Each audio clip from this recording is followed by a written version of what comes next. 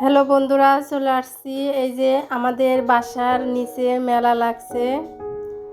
আর এই মেলাটা লাগে প্রতি মাসের আর কি 10 তারিখের আগেই মেলাটা লাগে। তো এই মেলাটা কিন্তু 1 তারিখ থেকে 10 তারিখ পর্যন্ত থাকবে আর কি। মানুষের যে বেতন পাবে সে বেতন পাওয়া পর্যন্ত থাকবে। মানুষের টাকাগুলো কীভাবে খরচ করতে হবে এই জন্যেই মেলাটা লাগে বিশেষ করে। আর মেলা মানেই তো নাগরদোলা, এই যে ট্রেন। তে আমি একটু আসছি ঘুরতে, আজকে শুক্রবার বিকেলবেলাতে অনেকেই আসছে। তে আজকে একটু কম মানুষ, কিন্তু সামনে শুক্রবারে যে বেতন হবে তখন কিন্তু অনেক লোকজন হবে। তে আমি দেখছিলাম কিভাবে ট্রেনের সামনে তো একদম মানে কি বলবো, সাপের মতো দেখতে।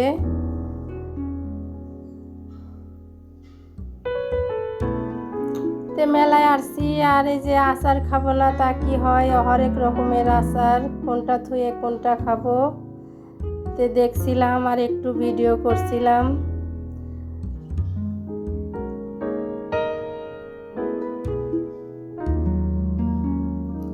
তে যে বাসায় আসার পরে যে দেখেন কিনে আসলাম। আমি কখনো চুড়ি কিনি না বা চুড়ি পরিও না। তে যে চুড়িগুলো আমার পছন্দ হলো। হাতের যে বালাটা দেখতেছেন ওইটাও কিন্তু কাচের। আর সংসারের কিছু কিনবো না তা কি হয়। তে যে একটা ছাকনা নিয়েছি কেক বানানোর জন্য। তো চুড়ির কালারটা অনেক সুন্দর লাগছে আমার কাছে, তাই যে কাচের কয়েকটা চুড়ি নিলাম। পরবো কিনা তা জানি না।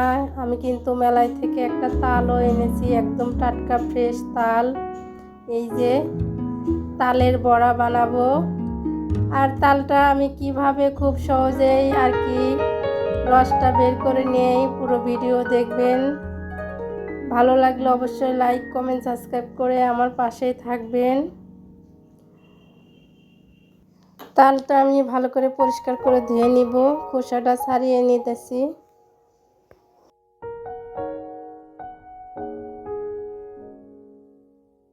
আর এই যে খোসাগুলো কিন্তু ছোটোবেলায় এই খোসা দিয়ে কিন্তু হাঁড়ি পাতিল বানিয়েছি, থাল বানিয়েছি। তো সেটা একটু দেখাইলাম। আর এই যে মানে তালটা পরিষ্কার করে নিলাম, এখন তালটা ছিলে নিব। তে দেখতে থাকেন।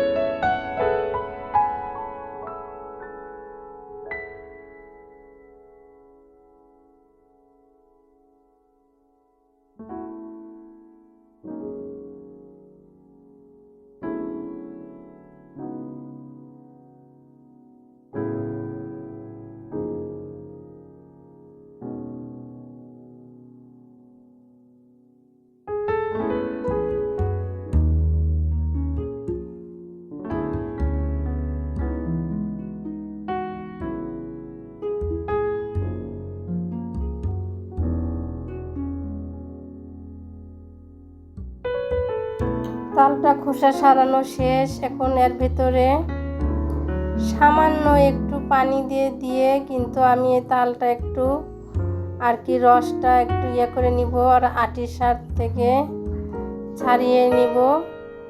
তারপরে যে কোনো একটা মানে পাতিল বা বলেন স্টিলের হবে, স্টিলের মানে নিতে হবে। নিয়ে কিন্তু আমি ওই পাতিলের মানে ইয়ের সাথে ঘষে ঘষে রসটা খুব সহজে বের করে নিব।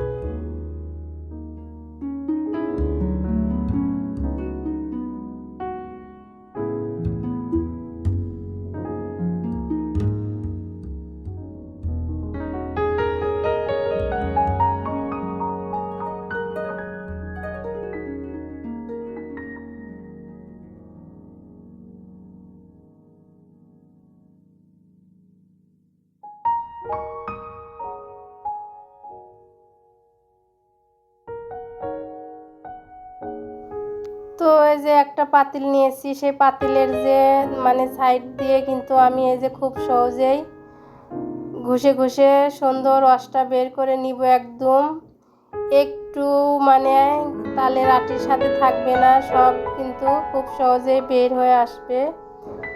আর আমি মূলত এভাবেই রসটা বের করি। আর অনেকে ছাকনা দিয়ে ছাকলে পারে মানে বেশি মানে ছাকনার সাথে লেগে যায় আর কি, হাঁড়ি পাতিল বেশি নোংরা হয়। তো আমি এভাবেই আমার ইজি মনে হয়, তো আমি এভাবেই তালের রস সবসময় ছাড়িয়ে নেই, আমার কাছে খুবই সহজ মনে হয়। তো অলরেডি কিন্তু অনেকগুলো রস বের হয়ে গেছে। আমি কিন্তু এর ভিতরে কোনো রকম আর কোনো পানি ইউজ করব না।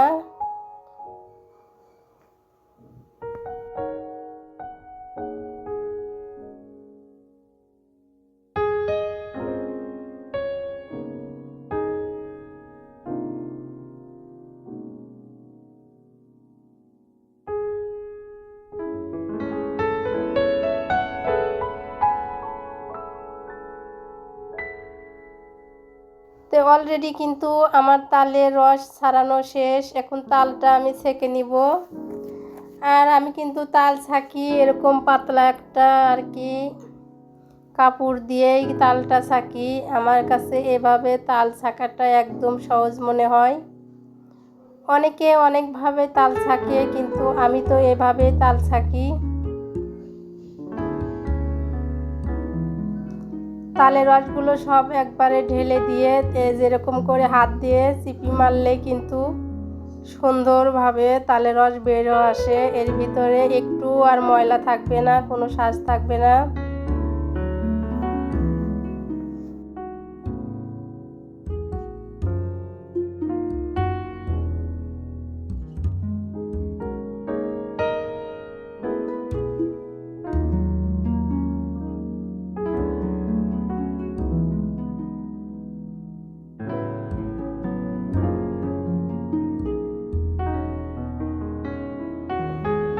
তালের রসটা কিন্তু আমার বের করানো হয়েছে, আর ময়লাটা কিন্তু কাপড়ের মধ্যে এখন আমি ধুয়ে ফেলে দিব। এই যে আটিগুলো কিন্তু দেশ গ্রামের মানুষ পুঁতে রাখলে গাছ হয়, আর গাছ হওয়ার পরে কিন্তু ওর ভিতরে শ্বাস হয়, আর সেই শ্বাসটা খেতে কিন্তু অসাধারণ মজা লাগে। তো যাই হোক, এটা ঢাকা শহর আমি কোথায় পুঁতে রাখবো, তে ফেলে দিলাম। আর এখানে নিয়েছি আটা আর চিনি, আর চিনি একটু কম ছিল, আবার একটু গুড় দিয়ে দিছি। গুড়গুলো অনেক দিন ঘরে ছিল, এই জন্য কালো হয়ে গেছে আর কি, দানা দানা হয়ে গেছে। তো যাই সমস্যা নাই, আমি একটু একটু করে তালের রস দিয়ে মেখে নিব।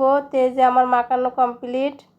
চুলায় কিন্তু অলরেডি আমি অফ ক্যামেরায় দিয়েই দিছি, ভিডিওটা তাই অনেক বড় হয়ে যায়। তো যাই হোক,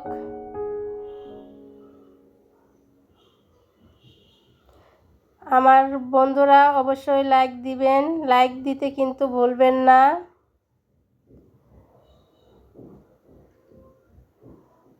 তে তালের বড়াটা কিন্তু খেতে অসাধারণ হয়েছিল, একদম মুসমুসে, ভিতরে একটু মানে কি বলবো সফট, আর উপরে কিন্তু মুসমুসে হয়েছিল। তো যাই হোক, ভিডিওটা এখানে শেষ করে দিব। সবাই ভালো থাকবেন, সুস্থ থাকবেন, আল্লাহ হাফেজ। ওকে।